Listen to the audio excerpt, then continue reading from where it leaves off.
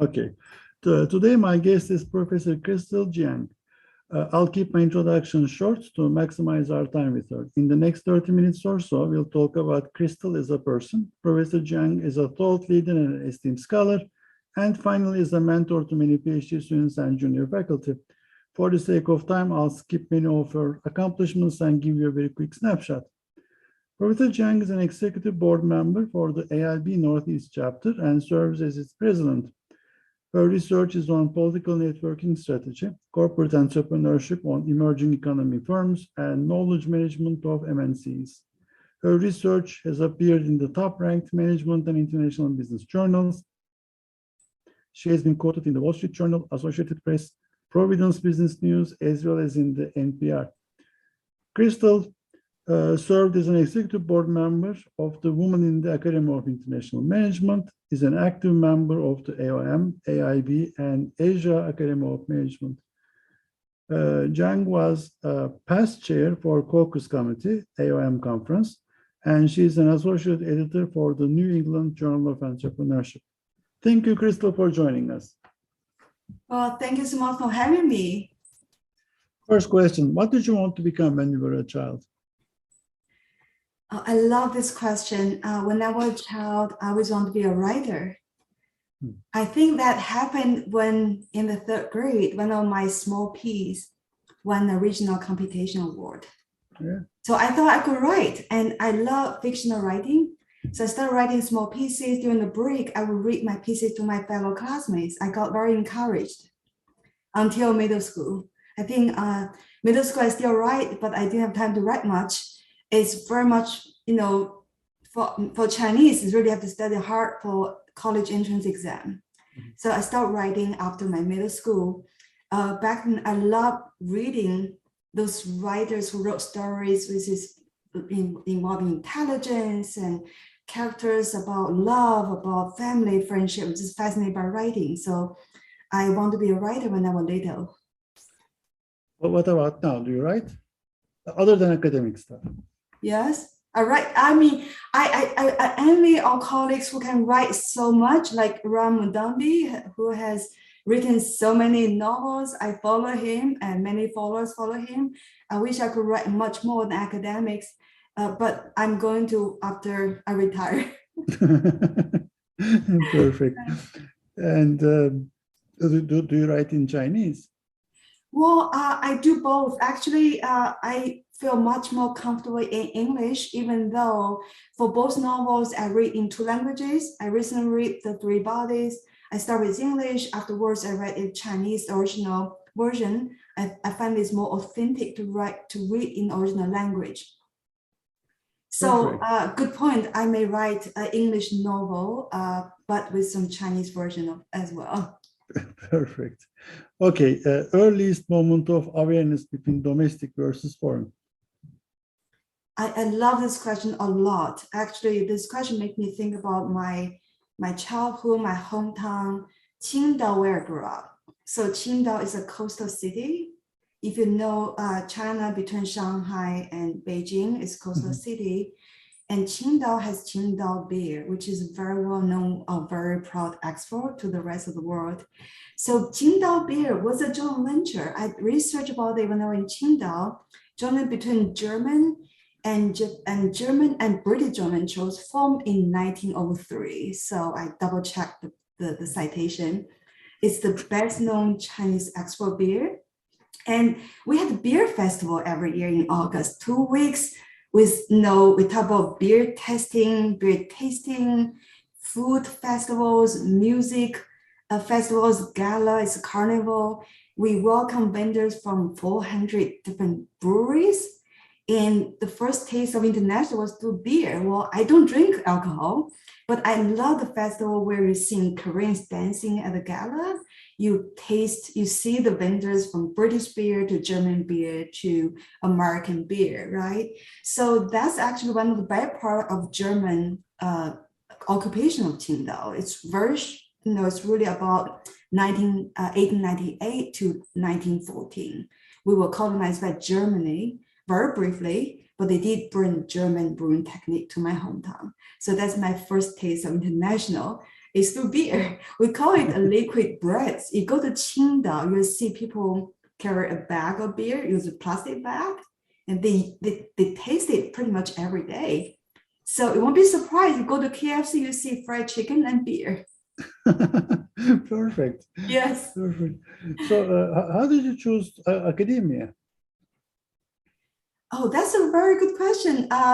People just assume that I'm prepared for academia. I was not. I used to work for Foreign Economic Trade Committee in China. So in Qingdao, I work with MNCs.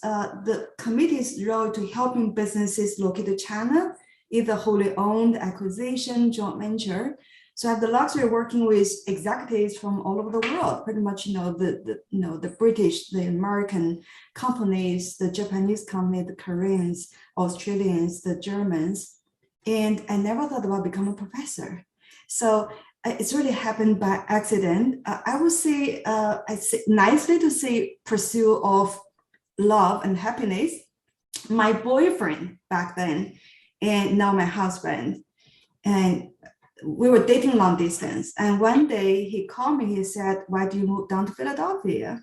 I'm like, "Yeah, this is a great job. I got paid 6-figure. I'm very happy to be, on my elevator path to be a senior executive." But also I thought about, what is life for? I need to pursue my happiness. I quit my job. I took my luggages and then went to Philadelphia. So I thought I will be, in businesses. I was looking for Mellon Financials, where I intern worked and loved as a market analyst. And one day he said, "Crystal, why don't you join the PC program at Temple Fox School of Business?" I'm like, "Really? I don't think I can be a professor. I will earn my MBA. I love marketing, but I don't think I'm a professor. I don't have the rigorous mentality to become a professor, professor who is really serious in research and serious in everything. I'm not a serious person." But he's very smart. So he brought a newspaper, said, "Read this. This is published by the top-notch, best IB faculty at Fox School." I read it. I loved it. I'm like, "Oh my gosh. I didn't know that professor can write such amazing stories about outsourcing and its impact on businesses." Guess what? It was written by Mike Kotabi. So I was intrigued and fascinated by his work and how applicable it is to businesses, to policymakers, and just to be able to understand by a regular person. So I wrote him an email, and Mike was super kind and nice. You probably know Mike. Everyone know Mike. He's very hardworking, but also super nice. He spent time to meet with me for half an hour, and that's it. 30 minutes. It changed my life profoundly to become a professor. So after I met with him in his office, back then was the old Fox School, used to be in the old building, but now they have a fancy, amazing Fox School building. So after half an hour, I said I could be like him. I could be a professor. I could talk intelligently. I can do research. I can have impact, and I can teach, which is something I am really yearning for. And then I applied, I joined, and I'm forever grateful that he took me as his doctoral student. So he brought me to the career. I feel like he's like my father, academic father, who brought me to this path. Perfect. Well, if you stop doing what you're doing today, what's the next best thing? What's the second best alternative career path for you? Or second best thing for me to pursue in my life? After PhD. After academia, for me, I think to me, it's all about living an artful life. But to me, it's about really living a good life, healthy, spiritual, and meaningful life. Mm-hmm. So I always think about what Mike told me about being a great person, being a great teacher, being a serious scholar, and also live a happy life. So I think that's fundamentally important, that I learned so much from my advisor, about how can I live a meaningful life in so many different facets, right? Not just writing paper, not just in the classroom, not just in my community, but in everywhere I am, I feel fulfilled and I feel meaningful. Perfect. Regrets. Have you got any regrets in life?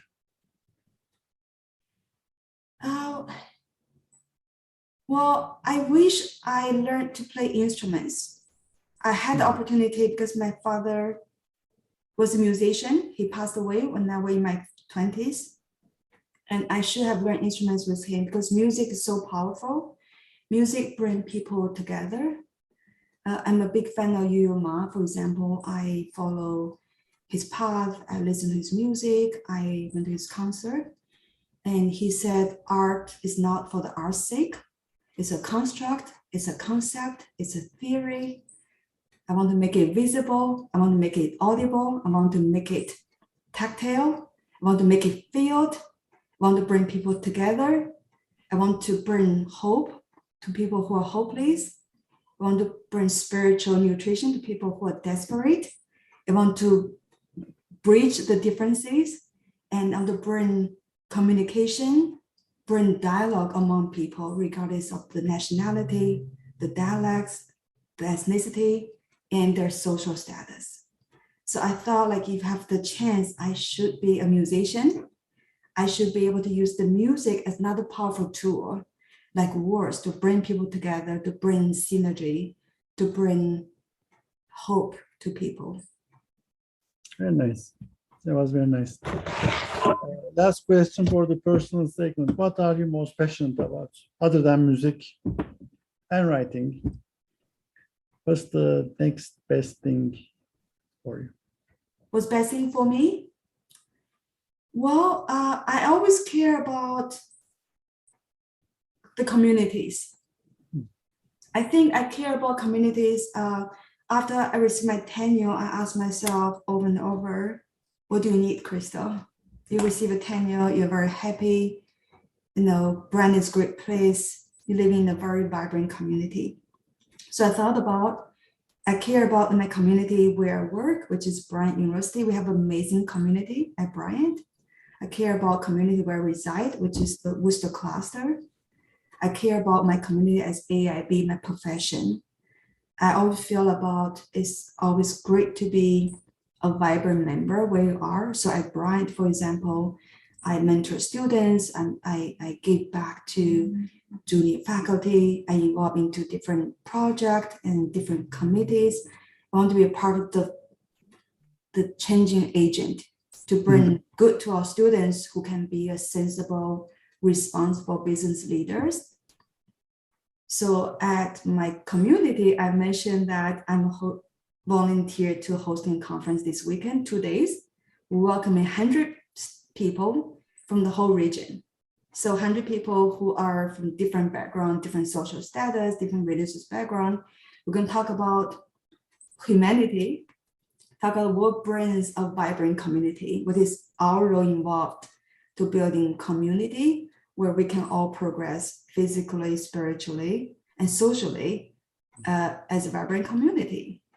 Of course, I'm an AIB person. I joined AIB conference the first year when I was the first year student and never skipped AIB. I love AIB. I was very fortunate to bring to AIB Northeast by Muhammad Alahi. If you ask AIB Northeast, everybody is his friend. He is AIB Northeast, the central figure for our network. So I just feel amazed at the opportunity to work with like Muhammad, like Margaret Gorowski, my predecessors, chapter chairs, who care about the community, bringing scholars. We have the A-list journal editors. We have the most talented scholars. We have doctoral students, we have undergrad students, we have business leaders, policymakers, all joining us for the annual conference, for symposium, to create a dialogue about what's important. We have a meaningful conversation every year at the conferences. I feel grateful that we have those communities that make me feel always revived, energized, and renewed every year, from AIB Northeast to AIB. from where I live to where I work. So I think that to me is very important in life. Perfect.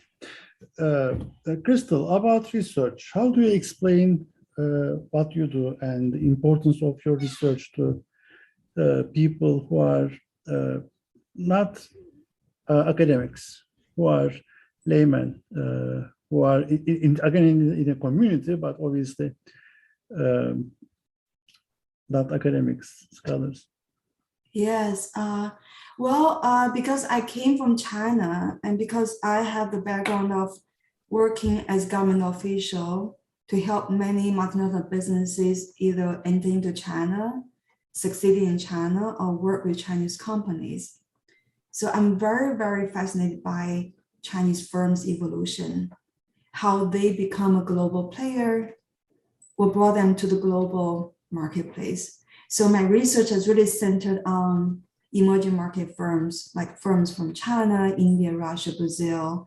Now we talk about the new emerging market firms from so many countries, look at what make them innovative, what's the factors make them have achieved superior innovation performance. So I care about that. So I would talk to people about innovation performance of firms. What about the culture, the political networking, capability building, everything centered about innovation performance. I think that matters so much. We care about all the companies who are high tech nowadays, they all talk about innovation day by day. Mm-hmm. About things that we should have covered more of, things that we have omitted, neglected, contexts or concepts in IB research. What's your prediction about the use of these forgotten areas that will be important for the next 5 to 10 years in the field? What will those things be? So you have two questions here. What's being omitted for IB research? And the next 5 to 10 years of yes, research. I think what's being omitted has been change, because in the last 3 years, change is the only constant that we see. The change due to the pandemic, change due to the global supply chain crisis, change due to the Ukraine war. I think there's so many changes happening. There's so much ambiguity and uncertainty for companies, for local businesses, for regional and national environment. I feel we have been omitting about change and uncertainty. We have been so static to some extent. We haven't always looked at firm sustainability. What about NATO sustainability? What about Asian sustainability? What about, UN? We have there's so many layers that we haven't peeled it to the core. I think that's something we should pay attention to. I think next 5 to 10 years, what's the big thing? The companies look at big data. They've been very data-driven, algorithm data-driven, look at different data to predict consumers' behavior, look at what do the people want, what do they need, how do we really drive the trend and serve their well.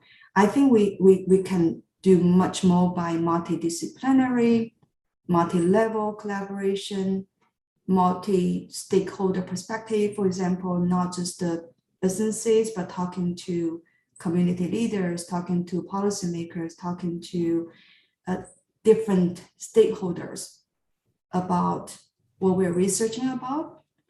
The other thing I felt really interesting is that we've been so focused on globalization. I'm Chinese, so there's a Chinese saying that the long divided shall be united, the long united shall be divided. That's the way of universe. So we see so much about globalization, but now we see the trend of localization. We see the benefits of localization. We look at just in time doesn't work during the pandemic. We see just in case. We see really company cannot be only driving efficiency driven, but has to look at how can I achieve my goals in a safe way. So I feel like there's a lot we haven't taken a look. Maybe that could be the trend for the next 5 years about let's look at it through multiple lenses than just the globalization lens, right? So there might be different lenses by different view, but that's based on two data has to be very objective, data objectivity and timing sensitivity. I think we cannot look at just the firm's cross-sectional because that may have some data biases. Maybe accounting standards and financial practices vary from country to country, industry to industry. And also, if you use primary data, maybe self-response biases, right? Mhm. So I think we need to look at what business is doing, like really data-driven, big data, various data, to really showcase about the real situation with the view of multi-level analysis, multidisciplinary, multiple stakeholder perspective. That's my personal view. I think we cannot look at single framework, single theory, single data set, and single view that may becoming obsolete. Okay, this was helpful. So about creativity in research, how do we come up with, how do you think about interesting topics? Do you write every day? Do you work every day? Well, research every day. I don't read Jeeves every day. Well, I work every day, but I work in different mentality. I read Wall Street Journal every day. That's my daily routines. I try to read 1 or 2 pieces, but I don't read just Jeeves. I try to read Journal of Finance, Journal of Marketing. I read different journals. I always feel inspired by reading different field. Got really inspired by looking at, for example, recently I look at resilience theory. Look at how that is applicable to us, to the IB field. It's very OB theory, resilience theory. It's not what we care about, but I was fascinated by other discipline where they bring different angle to really interpret what we're doing from a human perspective. Okay, so about creativity in research, are you saying creativity comes from reading other fields? Is that what you're saying? Well, it's more of you really storytelling. You look at this aha moment. How does this explain this phenomenon, right? It has to be really interesting. It has to be providing managerial implications to managers. It can be a guidebook. It is not just a theory, not just a paper, but has to be meaningful. So, for example, David Teeth, really amazing scholar. You know, his framework shaped our innovation strategies and research in the field. It's very creative. It should explain the phenomenon very well. And I think it's applicable to academia, to businesses, to small businesses. I think that's creative in scholarship. It's not just writing a paper, but paper with real impact, and paper really make people feel excited about. So excited about not just by us. I think that's a self-fulfilling processes, but also excited by business people, excited by maybe other field to say, I love it. It's darn interesting. Mm-hmm. That's Mike's word, and it's exciting. Okay. For the sake of time, I want to go into the advice, the mentoring section. Obviously, I mean, you mentioned Mike Kotabe. I mean, you learned from one of the top people in the field, one of our top colleagues. What do you wish you had known when you were starting out that would save you so much time, pain, and agony? Well, I wish I'd known that there's a life cycle, product life cycle of journals and research. So research have a life cycle. You know, some research is emerging, some is growing, some is research maturity, some has declined. When I start up research, when I read the journals, I got excited, fascinated, and started to write my seminar paper without understanding that that topic area has reached its maturity. That has already declined. That means that difficult to publish.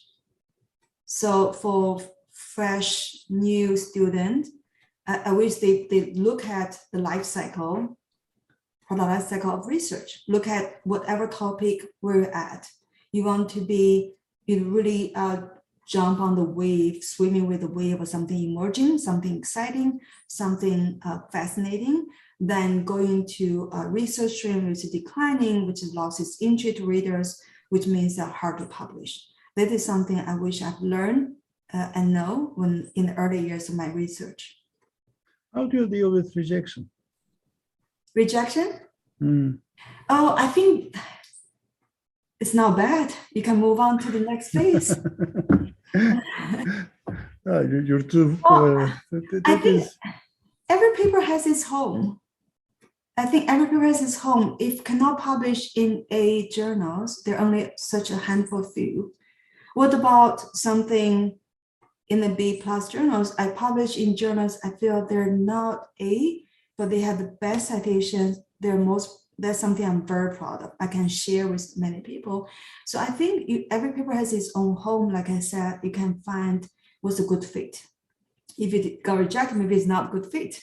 Maybe you didn't do a good job writing it. Maybe methodology has its flaws. And sometimes you cannot hide it. You shouldn't hide it, right? If some flaws, you should acknowledge that and try to think about the best way to triangulate to make it a good paper. I think the market is very efficient. A good paper will go to a good journal. Right. About common mistakes that you see across PhD students and junior faculty before tenure. What are some of these common mistakes that you see across the board? Yeah. Well, we all make those mistakes. I think the common mistake is that you focus too much on model development. You focus too much on reading just academic journals. I would encourage everybody to read different type of paper, read Economist, read New York Times, read Wall Street Journal, and have a dialogue, read executives' presentation, and maybe follow some of their blogs, some of their YouTube channels.